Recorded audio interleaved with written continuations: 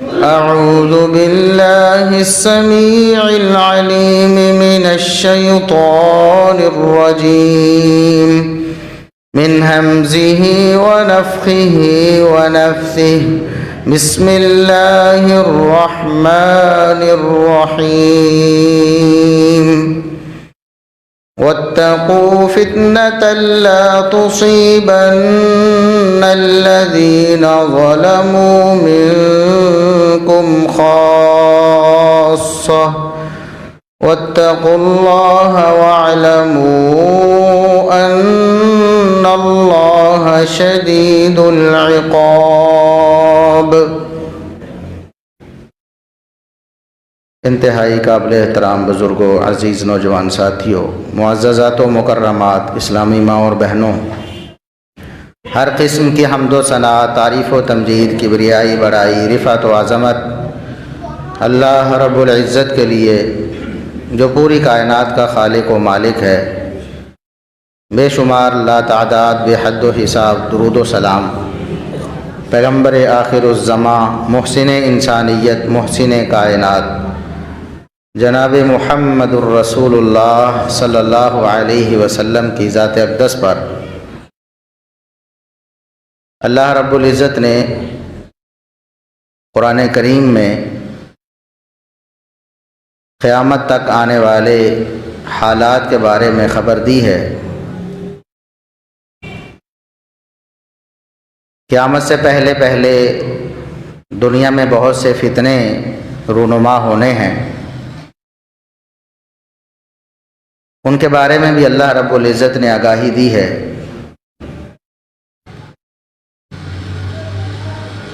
ایک مقام پر اللہ رب العزت نے فرمایا واتقوا فتنةً، اس فتنے سے اپنے آپ کو بچا لو، اس فتنے سے بچ جاؤ جس کے اثرات صرف ظالموں تک نہیں پہنچیں گے، صرف گنہگار یا اس فتنے میں جو مبتلا ہوں گے وہی اس سے متاثر نہیں ہوں گے، بلکہ نیک لوگ بھی جو ان معاملات سے دور ہیں وہ بھی اس فتنے سے متاثر ہو جائیں گے۔ یعنی نیک و بد سب ہی مبتلا ہو جائیں گے، کسی نہ کسی طرح اس فتنے سے متاثر ہو جائیں گے۔ اور رسول اللہ صلی اللہ علیہ وسلم نے مسلمانوں کو، اپنی امت کو فتنوں کے بارے میں جو قیامت سے پہلے آنے والے تھے ان کے بارے میں جب بتایا تو صحیح مسلم کے الفاظ ہیں، آپ صلی اللہ علیہ وسلم نے فرمایا بادروا بالاعمال فتنا، کچھ فتنے ایسے خطرناک رونما ہونے والے ہیں، ان سے پہلے جلدی جلدی نیک اعمال کر لو، اپنے آپ کو ان فتنوں سے بچانے کے لیے تیار کر لو۔ وہ فتنے ایسے خطرناک ہوں گے کقطع اللیل المظلم، اندھیری رات کی طرح۔ آج ہمیں تو اندھیری رات کا اندازہ نہیں ہوتا، ہمارے پاس سائنسی ترقی کی وجہ سے، ٹیکنالوجی کی وجہ سے بہت سارے ایسے آلات ہیں، ہمارے پاس لائٹ ہے، لائٹ نہ ہو تو ہمارے پاس کوئی ٹارچ ہوتی ہے، ہمارے پاس موبائل ہیں جن کے اندر بلٹ ان ٹارچ موجود ہوتی ہے، ہمارے پاس جی پی ایس سسٹم ہے، ہمارے پاس میپس ہیں، لیکن اس وقت کا تصور کریں جب یہ ساری چیزیں نہیں تھیں، اور اس وقت کا بھی تصور کریں قیامت سے پہلے پہلے جب یہ ساری سائنسی ترقی ختم ہو جائے گی، دوبارہ سے انسان اس دور میں چلا جائے گا جس کو آج پتھر کا دور کہا جاتا ہے۔ اس وقت نہ کوئی آلہ آپ کی مدد کرے گا، نہ سسٹم ایسا رہ جائے گا، نہ پہلے ایسا کوئی سسٹم تھا۔ چاندنی رات میں لوگ چاند کی روشنی میں راستہ دیکھ لیتے ہیں، اسی طرح ستاروں کی مدد سے لوگ راستے تلاش کر لیتے تھے، وبالنجم هم یہتدون، قرآن نے فرمایا کہ ستاروں کے ذریعے بھی لوگ اپنے راستے تلاش کرتے ہیں، لیکن جب رات اندھیری ہو، چاند کی روشنی بھی نہیں ہے، بادلوں کی وجہ سے ستارے بھی نہیں ہیں، انسان کے پاس کوئی ایسا آلہ بھی نہیں ہے جس کے ذریعے وہ اپنے راستے کو دیکھ سکے، وہ کسی بیابان میں ہے، کسی ریگستان میں ہے، جہاں پر کوئی مکان، کوئی گلیاں ایسی نہیں ہیں جن کو ہاتھ سے ٹٹول کر وہ جان سکے کہ میری منزل کہاں ہے، میں کہاں کھڑا ہوں، میں کہاں جانا چاہتا ہوں۔ اس اندھیری رات میں انسان جب کسی جنگل میں کھڑا ہے، بیابان میں کھڑا ہے، اس کو کوئی پتہ نہیں چلتا کہ میری سمت کون سی ہے، میری منزل کہاں ہے، میں نے جانا کیسے ہے، راستہ کون سا ہے۔ تو فرمایا اسی اندھیری رات کی طرح، اندھیری رات میں بہت سارے اندھیرے ہوتے ہیں، وہ قیامت سے پہلے جو آنے والے فتنے ہیں ایسے ہی اندھیری رات کی طرح ہوں۔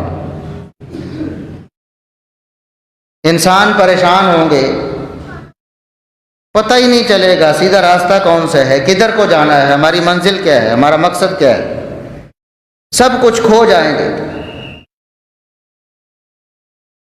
اور رسول اللہ صلی اللہ علیہ وسلم نے فرمایا کہ اتنے خطرناک فتنے ہوں گے کہ یصبح الرجل مؤمنا ویمسی کافرا، صبح کے وقت ایک بندہ مومن ہوگا، شام تک کافر ہو چکا ہوگا، شام کو مومن ہوگا، صبح کا سورج طلوع ہونے سے پہلے پہلے اسلام سے خارج ہو چکا ہوگا، کافر ہو چکا ہوگا۔ اتنے خطرناک فتنے۔ تو جس دور کے بارے میں رسول اللہ صلی اللہ علیہ وسلم نے فرمایا تھا وہ دور آج آ چکا ہے۔ ایسے ایسے فتنے ہیں، ایسے ایسے گمراہ کن عقائد ہیں، اور ایسے ایسے طریقے ہیں ان کے پاس۔ یہ آپ کا سوشل میڈیا ہے، یہ سب سے بڑا فتنہ بن چکا ہے اس دور میں، ساری دنیا کے سارے فتنے اس کے اندر آ چکے ہیں۔ انٹرنیٹ ہے، ویب سائٹس ہیں، ویڈیوز پلیٹ فارم ہیں جیسا کہ یوٹیوب ہے، اور اس طرح کی کچھ اپلیکیشنز ہیں کہ انسان ان کے اندر جاتا ہے تو گھس جاتا ہے۔ آج لوگ کہتے ہیں، یہ جو طب کے ماہرین ہیں، جو نفسیات کے ماہرین ہیں، جنہوں نے سائنس کی ترقی کی بدولت انسان کی نفسیات کو سمجھا ہے، اور آج دور جدید کے آلات کی ان پر جو اثر اندازی ہے اس کا مطالعہ کیا ہے، وہ یہ کہتے ہیں کہ یہ جو سکرین ہے نا، آپ کی موبائل ہے، ٹیب ہے، لیپ ٹاپ ہے، یہ جو سکرین ہے اس کا نشہ ہیروئن، افیون اور اس طرح کی چرس وغیرہ سب نشوں سے زیادہ خطرناک ہے انسان کو۔ یہ انسان کو اپنے مقصد سے ہٹا دیتی، انسان کو صراط مستقیم سے ہٹا دیتی، انسان کو اپنا مقصد ہی یاد نہیں رہتا کہ میں کیا کروں۔ ابھی آپ تجربہ کریں، آخرت تو کس نے دیکھی ہے؟ لوگوں کا تو دنیا پر ایمان ہوتا ہے نا کہ ہمیں کچھ نظر آ رہا۔ صبح اپنی دکان پہ بیٹھا ہے تو شام تک اس کو پتا ہے کہ میں نے اتنا کمانا ہے اپنے گھر کے خرچے پورے کرنے، یہ چیز اس کو نظر آ رہی ہوتی ہے۔ آخرت کس کو یاد ہے؟ الا ماشاء اللہ، کہ کتنی نیکیاں میں نے آج کر لی ہیں، کتنے گناہ کر لیے ہیں، میرا نامہ اعمال کتنا سیاہ ہو چکا ہے، کتنا بھاری ہو چکا ہے، کتنا ہلکا ہو چکا ہے، جنت کی طرف جا رہا ہوں، جہنم کی۔ یہ چیزیں تو بہت دور کی بات ہے نا، یہ تو انسانوں کو ویسے ہی یاد نہیں رہتی، لیکن اپنے جو دنیاوی مفادات ہیں، مادی فوائد ہیں، وہ اس کو یاد رہتے ہیں۔ لیکن یہ ایسی چیز ہے سکرین، یہ سوشل میڈیا، انسان بیٹھتا ہے تو کئی گھنٹے گزر جاتے، اس کو ہوش ہی نہیں ہوتی کہ میں کہاں بیٹھا ہوں۔ 2-3 گھنٹوں بعد اس کو کوئی یاد کرواتا ہے، بھئی کیا کر رہے ہو، فلاں کام، اوہ مجھے پتہ ہی نہیں چلا اتنا ٹائم گزر گیا۔ یہ ان فتنوں میں سے سب سے بڑا فتنہ ہے، اور دنیا کے سارے فتنے اس کے اندر آ چکے۔ پہلے فتنہ گر لوگ کچھ اور طریقے استعمال کرتے تھے اور ذرائع استعمال کرتے تھے، اب وہ سوشل میڈیا کو استعمال کرتے ہیں اپنی تمام گمراہی کو پھیلانے کے لیے۔ آج لوگ مذہب سے دور ہو رہے ہیں، ہمارے نوجوانوں کی اکثریت مذہب بیزار ہو گئی ہے، الحاد میں چلی گئی ہے، دین سے دور ہو گئی ہے، دین سے بیزار ہو گئی ہے،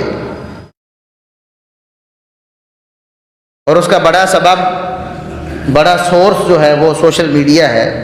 اس کو استعمال کر کے ہماری ذہن سازی کی جا رہی ہے، ہمیں پتہ ہی نہیں چلتا، لاشعوری طور پر ہم ایسی چیزیں سیکھ رہے ہیں، دن رات اپنے اندر فیڈ کر رہے ہیں، ہمیں نہیں پتہ چلتا کہ ہمارے اندر کیا فیڈ کیا جا رہا ہے۔ پہلے 3-3 4-4 گھنٹوں کی فلمیں بناتے تھے، اس کے ذریعے ایک پیغام آپ کے دل دماغ میں چھوڑتے تھے، کچھ بھی جو آپ کو دکھانا چاہتے ہیں، جس کو وہ اچھا دکھانا چاہتے ہیں اس کو آپ اچھا دیکھتے ہیں، جس کو برا دکھانا چاہتے ہیں اس کو آپ برا دیکھتے ہیں۔ ہر کسی کو پتہ ہے فحاشی، عریانی، بے حیائی بری چیزیں ہیں۔ آپ کو فلم ڈرامے میں دکھایا جاتا ہے، ایک لڑکی ہے وہ گھر سے بھاگنا چاہتی ہے، گھر والے چاہتے ہیں کہ اس کے غیر مردوں سے تعلقات نہ ہوں، وہ کسی مرد سے تعلقات استوار کرتی ہے، فون پہ بات کرتی ہے، پھر اس کے ساتھ بھاگتی ہے۔ میڈیا ہمیں اس کو مظلوم بنا کر دکھاتا ہے، حالانکہ ہر شخص کو پتہ ہے کہ یہ برا کام ہے، لیکن جب وہ دیکھ رہا ہوتا ہے اس کو اچھا سمجھ رہا ہوتا ہے، ہمدردی کے جذبات آپ کے دل دماغ میں ڈالے جا رہے ہوتے ہیں۔ کسی کی بہن بیٹی، کسی کی بیوی اگر ایسے کام کرے تو اس کو برا لگتا ہے، لیکن فلم یا ڈرامے میں اس کو اچھا لگ رہا ہوتا ہے، وہ مظلوم نظر آ رہی ہوتی ہے۔ یہ چیزیں ہمارے اندر فیڈ کی جا رہی ہیں، ہماری پھر عورتوں کے اندر بھی۔ پہلے یہ گھنٹوں میں کام کیا کرتے تھے، سالوں کے پروجیکٹ ہوتے تھے، ان سالوں محنت کر کے ایک فلم بنا کر اس کو گھنٹوں میں سمویا جاتا تھا، پھر اس لوگوں کے سامنے پیش کیا جاتا تھا۔ اب یہ کام منٹوں میں ہو رہا ہے، بلکہ سیکنڈز میں ہو رہا ہے۔ 3 منٹ کی فلمیں دنیا میں آ چکی ہیں، جن کو دیکھ کر وہی مقصد، وہ اپنا وہی چیز فیڈ کر رہے ہیں دکھا کر، جو 3 گھنٹے 4 گھنٹے میں فیڈ کرتے تھے۔ پہلے بڑی بڑی کتابیں لکھی جاتی تھیں، گمراہ لوگ اپنے افکار لوگوں تک منتقل کرنے کے لیے بڑی بڑی کتابیں لکھتے تھے، ضخیم۔ بعض لوگ قرآن کی تفسیریں لکھتے تھے، کافروں نے بھی تفسیریں لکھی ہیں نا، گمراہوں نے بھی لکھی ہیں، جو دائرہ اسلام سے خارج ہے، قادیانیوں نے نہیں لکھی تفسیریں، غلام محمد قادیانی دجال نے بھی لکھی۔ بڑی محنت کرنی پڑتی تھی، کتابیں بڑی بڑی لکھتے تھے، لوگ ان کو پڑھتے تھے، پھر ان کے افکار کو اپناتے تھے، گمراہ ہو جاتے تھے۔ آج بالکل آسان ہے، کئی سال لگتے ہیں نا، اشرے لگ جاتے ہیں کتاب لکھ کر، اس کو کمپوز کروا کے، اس کو پرنٹ کروا کے پھر لوگوں تک پہنچانا ہے، کیونکہ ہمارے پاس منافق پود تیار ہو رہی ہے، ہماری جنریشن نفاق کے ساتھ اوپر بڑھ رہی ہے۔ یہی وہ نسل ہے جس نے آگے جا کر بچے پیدا کرنے، ان کی نشو و نما کرنی ہے، ادارے چلانے ہیں، سسٹم چلانا ہے۔ پھر آگے اگلی نسلیں کیا آئیں گی، ہم تصور بھی نہیں کر سکتے کہ ہمارا معاشرہ کس درجے تک چلا گیا ہے گمراہی میں، اور دین سے کتنا دور ہو چکا ہے۔ یہ اندازہ آپ کو اگلے 10-15 سال میں ہوگا۔ ابھی 10-15 سال پہلے کیا صورتحال تھی، اس کا اندازہ لگائیں۔ جب ہم بچے تھے، چھوٹے تھے، ہم اس طرح گلی محلوں میں ننگی عورتوں کو نہیں دیکھتے تھے۔ اگر کوئی لڑکی، کوئی عورت ننگے سر، بلکہ ننگے منہ اگر نکل جاتی باہر، دور دور تک محلوں میں، علاقوں میں بات پھیل جاتی، فلاں کے گھر سے فلاں کی لڑکی بغیر دوپٹے کے گھر سے باہر نکل گئی۔ یہ ابھی 10-15 سال پہلے کی بات ہے، اور آج ہمارے سامنے نارمل ہو چکا ہے، ہم صبح شام دن رات دیکھتے ہیں. کیوں؟ پہلے ہمیں دکھایا گیا، ہمارے گھروں تک پہنچایا گیا. پہلے وی سی آر ہوتے تھے، پھر ٹی وی ہوتے تھے، پھر اس کے بعد کیبل ہوتی تھی، اور اب انٹرنیٹ ہے. اب ہر شخص کے پاس اس کی جیب میں پورا وی سی آر ہے، پورا انٹرنیٹ، پورا ٹی وی، پوری کیبل، ہر چیز اس کے سامنے. اس کے لیے کوئی رکاوٹ نہیں. ہمارے نوجوان، ہمارے بچے اب اسمارٹ فون کے بغیر تو گزارا ہی نہیں نا. چھوٹے چھوٹے بچوں کو ہم لے کر دیتے ہیں جی، لوگ جی سارے شوق پورے کرتے ہیں. جی ہمارے بچوں کے بھی شوق ہیں، ہم نے اپنے بچوں کے شوق پورے کرنے ہیں. اور دوسری طرف اتنا بڑا فساد اس کے ہاتھ میں دے کر، تربیت کوئی نہیں. ایٹم بم اس کے ہاتھ میں پکڑا ہے. ایٹم بم کی جو تباہ کرنے کی صلاحیت ہے اس سے تھوڑی ہے، اس سے تھوڑی ہے. ایٹم بم اس کے ہاتھ میں پکڑا دیا ہے اور حفاظتی تدابیر اس کو بتائی نہیں. دفاع کا سامان اس کے پاس ہے ہی نہیں، نہ اس کے پاس کوئی اسلحہ ہے، نہ اس کے پاس زرہ ہے.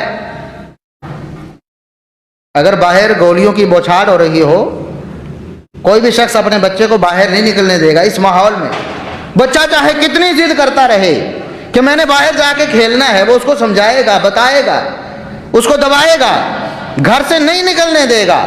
کیوں؟ اس کو پتا ہے بچہ ہے، نادان ہے. اگر کسی کام کے لیے نکلنا ہے، کوئی بڑا نکلے گا، سیانا نکلے گا، تو پورے حفاظتی انتظامات کر کے نکلے گا. بچے کو نہیں نکلنے دے گا نا. وہاں گولہ بارود ہے، وہاں فائرنگ ہو رہی ہے، نقصان ہو جائے گا.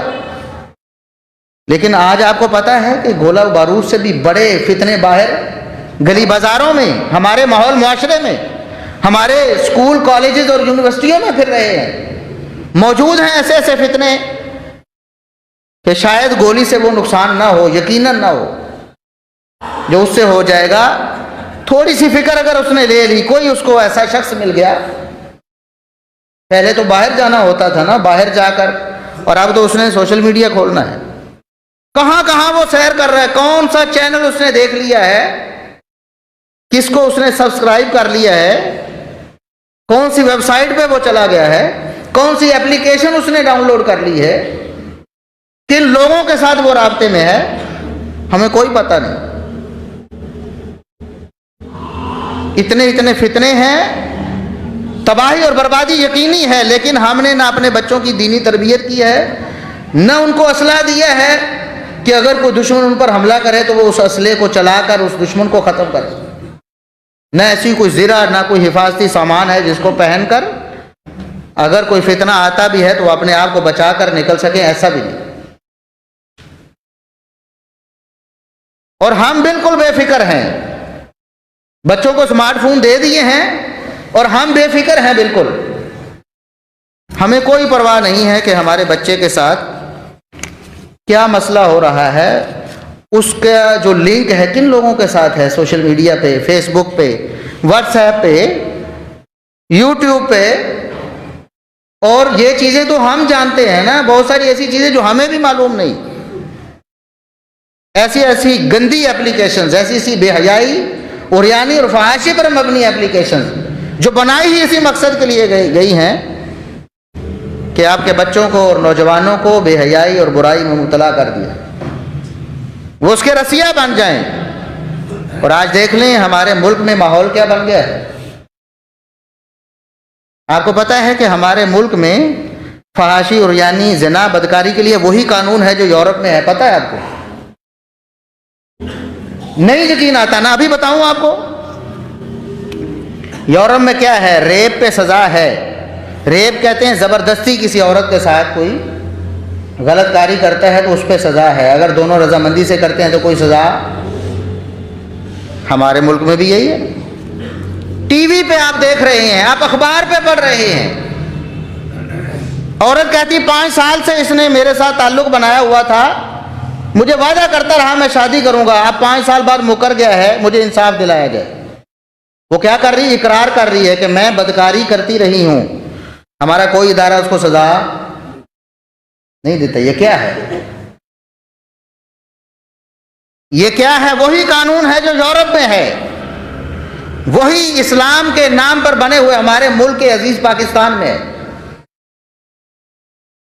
وجہ کیا ہے؟ انہوں نے ذہن سازی کر لی ہے، انہوں نے آپ کو سمجھا دیا ہے، آپ کے دل دماغ میں یہ بات بٹھا دی ہے کہ یہ نارمل ہے، اس پر آپ نے کوئی شور نہیں کرنا، پریشانی کی کوئی بات نہیں ہے۔ سزا تو اس کو ملنی ہے نا جس نے بغیر رضامندی کے کر لی، رضامندی کے ساتھ کیا ہے تو بالکل ٹھیک ہے، یہ اس کا رائٹ ہے، اس کا حق ہے، یہ ہمارے ذہنوں میں بٹھا دیا گیا۔ روزانہ ایسے کیسز آپ کے سامنے آتے ہیں، نہ پولیس کوئی FIR درج کرتی ہے، نہ کوئی عدالت نوٹس لیتی ہے، نہ کوئی ادارہ سزا دیتا، کچھ بھی نہیں ہے، بالکل نارمل ہے۔ جو مرضی اٹھے اور اقرار کرے کہ میں نے یہ کیا ہے، اسلامی حکومت ہو، اسلامی نظام ہو تو کیا سزا نہیں بنتی؟ سب سے پختہ بدکاری کا جو جسے آپ کہتے دلیل ہے نا، سب سے پختہ وہ اعتراف ہے۔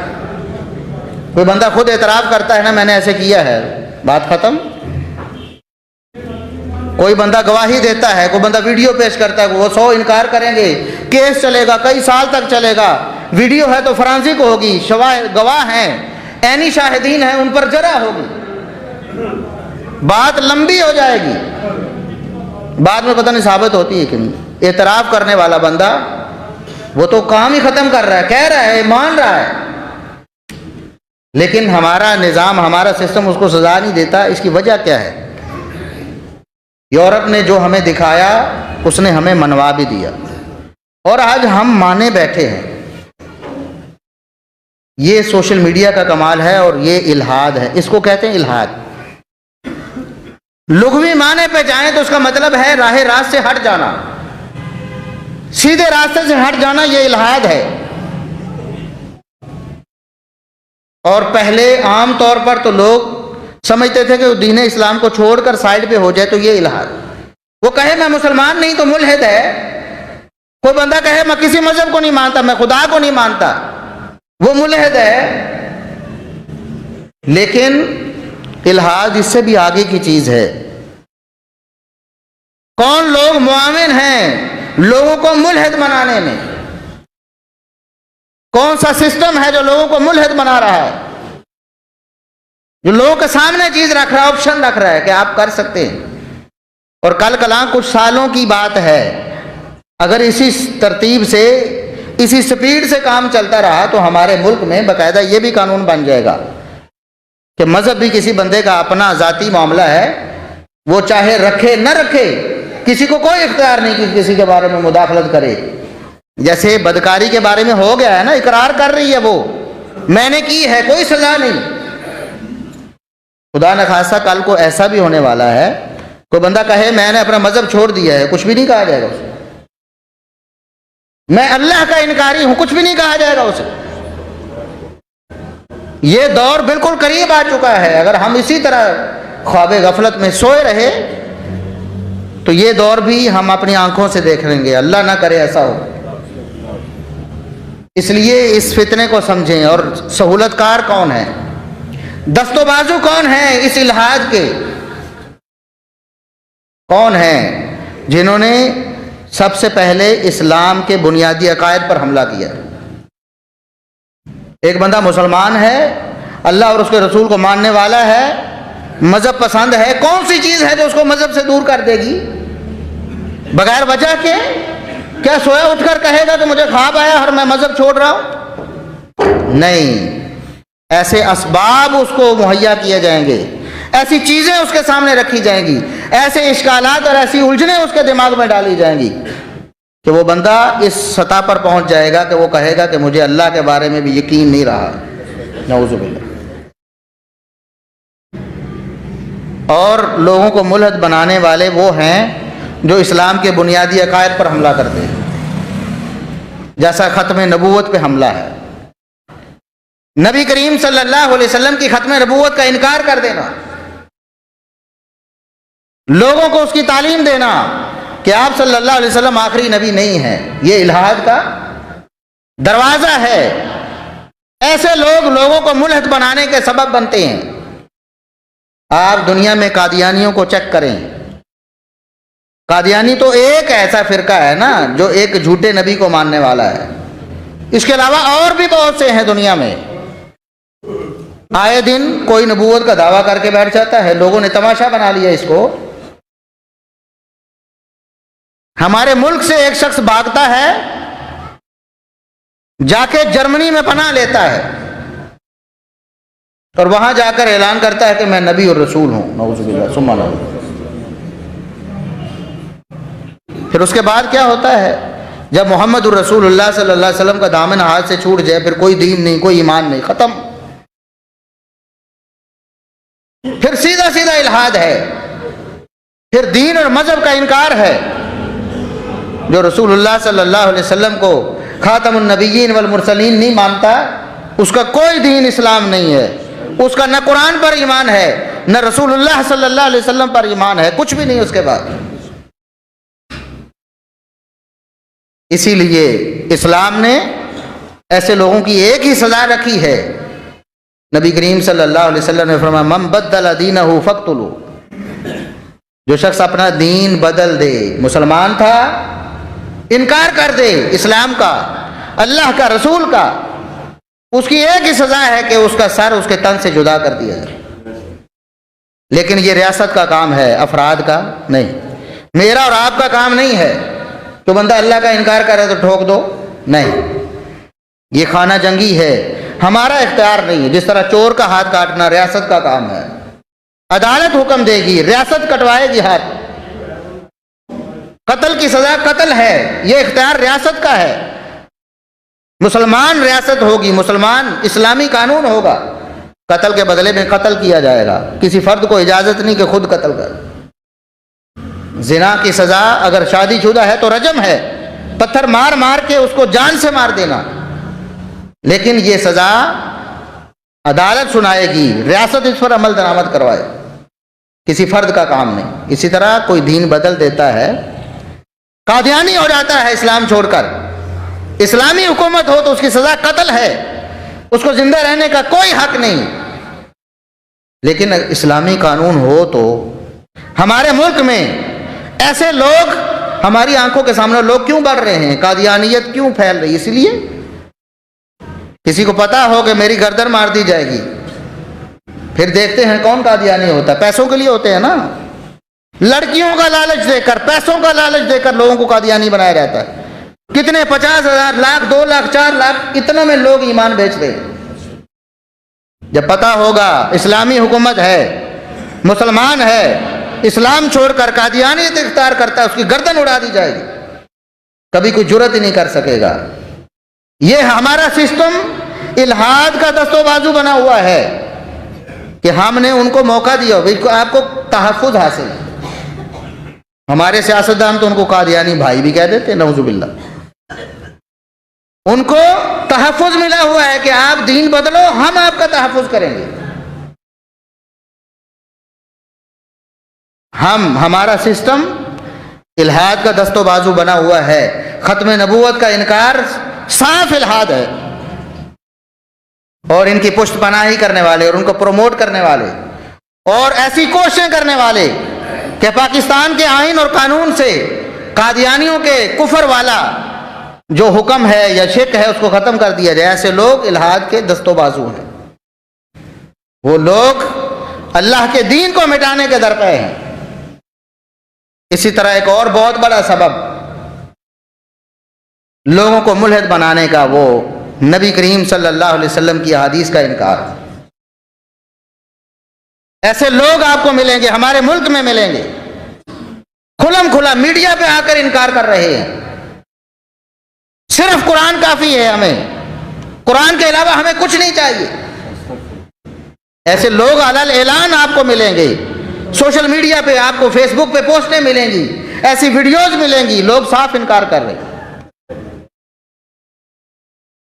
اچھا مجھے بتائیں کہ اگر کوئی شخص مسلمان ہے، اپنے آپ کو مسلمان کرتا ہے، کہتا ہے لا الہ الا اللہ محمد الرسول اللہ، اور اس کے بعد کہتا ہے کتا حلال ہے، بتاؤ مسلمان ہے؟ لا الہ الا اللہ محمد الرسول اللہ پڑھ کر کہتا ہے کوئی نماز نہیں ہے، یہ رکوع سجدے ملا کروا رہے ہیں، یہ کوئی نماز نہیں ہے۔ نماز کا انکاری ہے سرے سے، بتاؤ مسلمان ہے؟ ایسا شخص کون ہوگا؟ مسلمان بن کر کلمہ پڑھ کر بعد میں انکار کر رہا ہے، کون ہوگا؟ مرتد، ملحد، دین کو چھوڑ جانے والا۔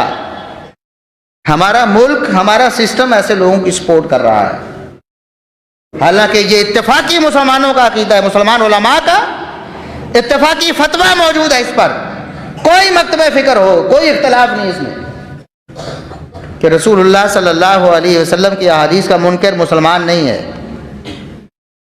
جب کوئی حدیث کا منکر بنتا ہے، نماز بھی گئی، روزہ بھی گیا، حج بھی گیا، زکوٰۃ بھی گئی، حلال حرام بھی گئے۔ منکرین حدیث کہتے کتا حلال ہے۔ اب بعض لوگوں کو بڑا عجیب لگے گا کہ سارے تو نہیں کہتے، سارے ہی کہتے ہیں کسی نہ کسی طرح، کوئی دبے لفظوں میں کہتا ہے، کوئی مجبوری میں خاموش ہے۔ یہ لاہور میں پنجاب یونیورسٹی میں ایک ڈاکٹر ہے، پروفیسر ہے، جس کی کتاب کی تقریب رونمائی پنجاب یونیورسٹی میں ہوتی ہے، منکر حدیث ہے، پکا ٹھکا منکر حدیث، انکار کرتا ہے قرآن کے علاوہ کچھ بھی نہیں، میں نہیں مانتا قرآن کے علاوہ۔ میں نے اس سے پوچھا کہ پھر حلال و حرام کیا کیا کرتے ہو، حلال حرام کیا کیا کرتے ہو؟ تو کہتا ہے قرآن نے جن کو حرام کہا ہے، جن جانوروں کو، بس وہی حرام ہے۔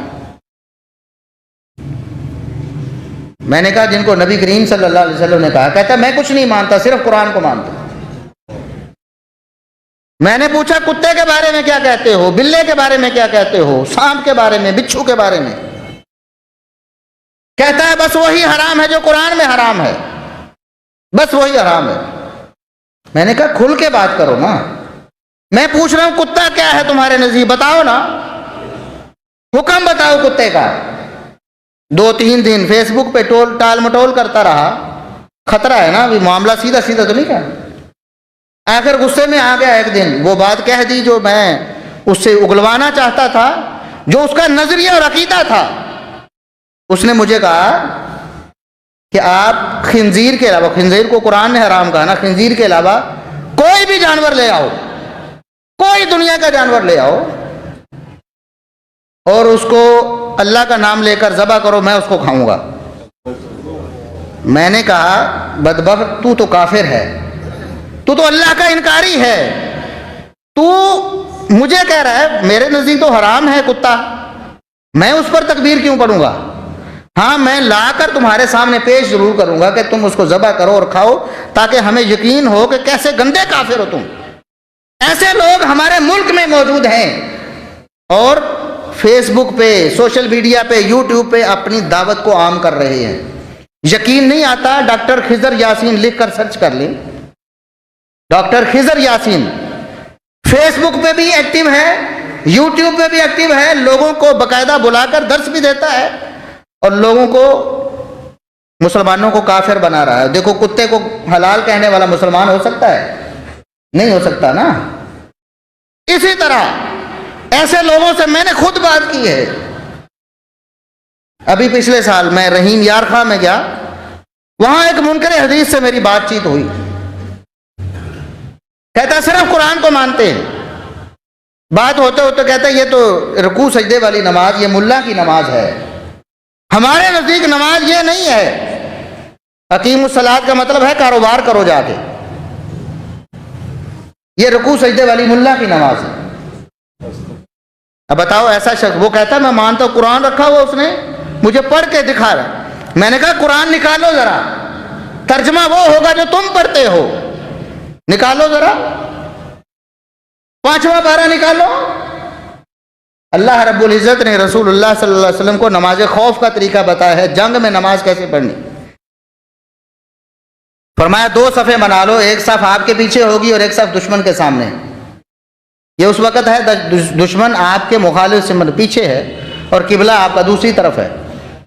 اب قبلہ بھی اس طرف ہے، دشمن بھی اس طرف ہے، پھر تو مسئلہ ہی نہیں، پھر تو فوجی اسلحے سے لیس ہو کر نماز کے لیے کھڑے ہوں گے، دشمن جیسی حرکت کرے گا اس کا مقابلہ کریں گے۔ لیکن اگر دشمن پیچھے کی طرف ہے، قبلہ دوسری طرف ہے، قبلہ اس طرف ہے، دشمن ادھر ہے، تو اللہ رب العزت نے فرمایا کہ اے نبی آپ 2 صفیں بنائیں، مجاہدین کو 2 حصوں میں تقسیم کریں، ایک آپ کے پیچھے نماز کے لیے کھڑے ہوں گے قبلہ کی طرف، اور ایک صف دشمنوں کے سامنے کھڑی ہوگی۔ جب یہ ایک نماز پڑھ لے گی، فَإِذَا سَجَدُوا فَلْيَكُونُوا مِنْ وَرَائِكُمْ، جب یہ لوگ سجدہ کر چکے ہیں تو پھر یہ پیچھے چلے جائیں ان کی جگہ، اور وہ آ کر آپ کے پیچھے 1 رکعت پڑھ لیں۔ میں نے کہا یہ تو قرآن ہے نا، تمہارے پاس موجود ہے، ترجمہ وہ جو تم پڑھتے ہو۔ اب بتاؤ، سجدہ تو قرآن اللہ کہہ رہا ہے کہ سجدے والی نماز ہوتی ہے، خاموش ہو گیا، کہتا ہے میں غور کروں گا اس پر۔ ایسے لوگ موجود ہیں، یہ الحاد ہے، حدیث کا انکار چاہے کوئی کسی طریقے سے کرے، الحاد ہے، یہ دین سے نکالنے والی چیز ہے، اور ایسے لوگ منکرین حدیث یہ ملحدین کے دست و بازو ہیں، ان لوگوں کو اسلام سے نکال کر کفر میں دھکیل رہے ہیں۔ آج اسکالرز آف ڈالرز میڈیا پہ بیٹھ کے ایسی تبلیغ کر رہے ہیں لوگوں کو، سود بھی حلال کر دیا۔ آپ کو پتا ہے غامدی صاحب نے، سود اگر رضامندی سے لیا دیا جائے تو کوئی حرج، وہی بات ہوگی نا، زنا رضامندی سے کر لیں تو کوئی حرج نہیں۔ اگر لینے والا دینے والا راضی ہے، بینک دے رہا ہے، لینے والا لے رہا ہے، ایگریمنٹ سائن کر رہا ہے، کہتے کوئی حرج نہیں، سود لے سکتے ہیں، جائز ہے، حلال کر دیا۔ غیر محرم عورت سے مصافحہ کر سکتے ہیں آپ، کوئی حرج نہیں، حلال کر دیا۔ دوپٹے کا اسلام سے کوئی تعلق نہیں، حلال کر دیا۔ فحاشی عریانی بے حیائی کو، یہ کس کا نتیجہ ہے؟ انکار حدیث کا نتیجہ۔ جب اللہ کے رسول صلی اللہ علیہ وسلم کی سیرت اور آپ صلی اللہ علیہ وسلم نے قرآن کریم کو جس انداز سے سمجھایا ہے، جب کوئی انسان اس کا انکار کر دے وہ بندہ مسلمان نہیں رہتا، ملحد بن جاتا ہے، بے دین ہو جاتا ہے، اس کا دین سے کوئی تعلق نہیں رہ جاتا۔ اور پھر ایسے ہی لوگ ہیں جو نبوت و رسالت کا بھی انکار کرنے والے ہیں، لیکن نام اسلام کا انہوں نے اپنایا ہوا اپنے آپ کو مسلمانوں میں شامل کرتے ہیں، نبوت کا بھی انکاری ہیں، نبیوں کی توہین کرنے والے ہیں، رسولوں کی توہین کرنے والے ہیں۔ آپ نے دیکھا ہوگا ہمارے جو ملکی لیول کے جو میڈیا ہاؤسز ہیں، ٹی وی چینلز ہیں، وہاں پر بیٹھ کر یہ باتیں علل اعلان ہوئی ہیں ایک مذہب والوں کی طرف سے کہ ہمارا مذہب یہ ہے کہ ہمارے جو 12 ہیں وہ سارے انبیاء سے افضل ہیں، نعوذ باللہ سبحان، ہمارے 12 کی طرف وحی آتی ہے۔ یہ الحاد ہے سیدھا سیدھا، دین اسلام سے ان لوگوں کا کوئی تعلق نہیں۔ اور آج ایسے لوگوں کو پروموٹ، ہمارا میڈیا آپ کو پتا ہے کہ ایک خاص مہینے میں ہر طرف کالا ہی کالا سب کچھ نظر آتا ہے، سب کچھ ان کی مٹھی میں ہے، میڈیا ہمارا ان کی مٹھی میں ہے۔ اور یاد رکھیں، یہ جو مسلمان علماء کافی عرصے سے کہتے آئے نا، جب سے یہ میڈیا کا سلسلہ شروع ہوا ہے کہ یہودیوں نے میڈیا کو اپنی مٹھی میں کیا ہوا، پوری دنیا کا میڈیا وہ چلا رہے۔ آپ سمجھتے ہیں پاکستان کا ٹی وی چینل ہے، پیچھے فکر دینے والے تھنک ٹینک وہی ہیں، اس کو چلانے والے پیسے بہا کر، بے بہا پیسے دے کر اپنی مرضی کے پروگرام چلانے والے، بدکاری کو عام کرنے والا، یہ وہی ایک خاص طبقہ فکر ہے جن کے نزدیک بدکاری عین مذہب ہے، بلکہ مذہب میں اعلیٰ درجہ حاصل کرنا ہے تو منہ کالا کرو، آپ کے درجات بلند ہو جائیں گے۔ جس کی بنیاد جھوٹ پر ہے، جتنا زیادہ جھوٹ بولو اتنے بڑے مومن بن جاؤ گے۔ یہ الحاد کی طرف ہمارے نوجوانوں کے قدم بڑھائے جا رہے ہیں۔ جب صبح و شام آپ کے سامنے ایک فکر عام کی جا رہی ہوگی، صبح و شام آپ کو دکھائی جا رہی ہوگی، ظاہر ہے اگر آپ وہ نہیں منیں گے تو کم از کم آپ کا دل دماغ نرم ہو جائے گا، ان لوگوں نارمل سمجھنے لگیں گے آپ ایسے لوگوں۔ قرآن کو نہیں مانتا وہ طبقہ فکر، ہاں دعویٰ ضرور کرتا ہے۔ عبداللہ بن ابی اینڈ کمپنی یہی دعویٰ کرتے تھے نا، آمنا باللہ وبالیوم الآخر، وما ہم بمؤمنین، وہ کہتے تھے ہم اللہ پر اور آخرت کے دن پر ایمان لاتے ہیں. اللہ فرماتا ہے یہ مومن نہیں ہے، جھوٹ بولتے ہیں. جو لوگ یہ کہتے ہیں کہ نبی کریم صلی اللہ علیہ وسلم جب دنیا سے گئے سوائے 3-4 کے سارے صحابہ اپنا دین ایمان چھوڑ گئے، نعوذ باللہ ثم نعوذ. اب بتاؤ ان کا قرآن پر کیا ایمان ہے؟ قرآن جمع کروایا ابو بکر صدیق رضی اللہ عنہ نے. پتہ ہے نا آپ کو مسلمانوں کو، ابو بکر صدیق رضی اللہ عنہ نے سیدنا عمر فاروق رضی اللہ عنہ کے مشورے سے قرآن کو 2 گتوں کے درمیان جمع کرا. پہلے صحابہ کے سینوں میں محفوظ تھا، کہیں کسی کے پاس 2 آیتیں 4 آیتیں سورت 2 صورتیں لکھی ہوئی تھیں. لیکن ایک غزوے میں، ایک جنگ میں جو مسلمانوں نے ختم نبوت کے ڈاکوؤں کے خلاف لڑی، اس میں صحابہ کرام جو حفاظ اور قراء تھے ان کی اکثریت شہید ہو گئی. خطرہ پیدا ہوا کہ کہیں ایسا اور موقع آ گیا تو کہیں یہ نہ ہو کہ حفاظ اور قراء سارے ہی شہید ہو جائیں اور قرآن ہمارے پاس محفوظ ہی نہ رہے. لہٰذا اس کو جمع کر کے 2 گتوں کے درمیان لکھ کر رکھ لیا جائے تاکہ کہیں مسلمانوں کا قرآن کے بارے میں اختلاف نہ ہو. ابو بکر صدیق رضی اللہ عنہ حکم دینے والے ہیں، جمع کرنے والے زید بن ثابت ہیں جو حافظ ہیں، قاری بھی ہیں. اور اس کے بعد پھر سیدنا عثمان رضی اللہ عنہ کے دور میں پوری دنیا میں اس مصحف کی نقول تیار کروا کے پوری دنیا میں بھیج دی گئی تاکہ کہیں کسی خطے میں بھی قرآن کے بارے میں مسلمانوں کا اختلاف نہ ہو اور کہیں بھی قرآن کے بارے میں الجھن نہ ہو. مجھے بتائیں کہ جو شخص ابو بکر، عمر، عثمان رضی اللہ عنہم سب کے ایمان کی نفی کرتا ہے، ان کو نعوذ باللہ کہتا ہے کہ یہ بے ایمان ہو گئے تھے، یہ کھوٹے تھے، یہ رسول اللہ صلی اللہ علیہ وسلم کے دین سے ہٹ گئے تھے، وہ اس قرآن کو مانے گا جس کو انہوں نے جمع کروایا اور پوری دنیا میں پھیلایا. اس لیے اس طبقہ فکر کے ہاں آپ کو روایات ملیں گی لکھی ہوئی کہ ہمارے قرآن کی 16,000 آیات ہیں جو فلاں فلاں لے کر کسی جگہ چھپا ہوا ہے، ان قریب ظاہر ہوگا وہ اصل قرآن لے کر آئے. اور یہ لکھا ہوا ہے کہ ابو بکر، عمر و عثمان رضی اللہ عنہم نے فلاں فلاں آیتیں نکال دیں. یہ آیت دراصل ایسے تھی، اس میں حضرت علی کی ولایت کا ذکر تھا، خلافت بلا فصل کا ذکر تھا. ابو بکر، عمر و عثمان رضی اللہ عنہم نے اس کو نکلوا دیا، نعوذ باللہ ثم نعوذ. اور جو شخص یہاں تک چلا جائے گا کہ وہ قرآن کے بارے میں بھی شکوک و شبہات کا شکار ہو چکا ہے، بتائیں اس کا ایمان کیا ہے؟ کیا ایمان ہے، کیا دین ہے؟ اور صبح و شام منہ کالا کرنا، بدکاری کرنا اس کو وہ ثواب اور عبادت سمجھتا ہے. بتائیں اس کا ایمان کیا ہے؟ ایک بندہ گناہ سمجھ کر بدکاری کرتا ہے نا، اس کا دل بھی سیاہ ہو جاتا ہے، اس کی بھی زندگی ایمان سے خالی ہو جاتی ہے. اور جو ایمان سمجھ کر ایسا کرے، بتائیں اس کا ایمان کہاں رہے گا؟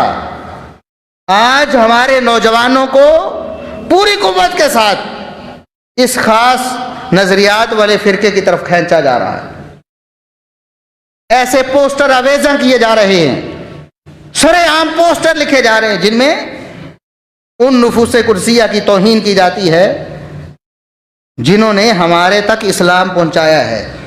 جب ان پر ایمان نہیں رہا پھر اس اسلام پر کیا ایمان ہے جو اسلام انہوں نے پہنچایا ہے؟ سرے عام آن دی ریکارڈ میڈیا پر سیدنا ابو بکر صدیق رضی اللہ عنہ کے ایمان کی نفی کی جاتی ہے، نعوذ باللہ.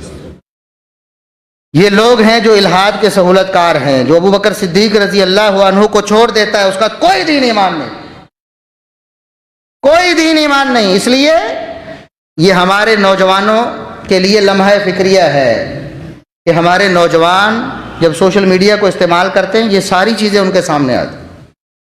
کوئی ایسا سافٹ ویئر نہیں ہے جس کی وجہ سے فلٹر کیا جا سکے کہ ایک نوجوان کے پاس فیس بک پہ ایسی ہی پوسٹیں آئیں گی جو کتاب و سنت پر مبنی ہوں گی، جو شرک، کفر، ارتداد پر مبنی نہیں ہوں گی. کوئی ایسا فلٹر ایجاد نہیں ہوا کیونکہ بنائی انہوں نے ہے، انہوں نے بنائی ہے اپنی فکر پروموٹ کرنے کے لیے.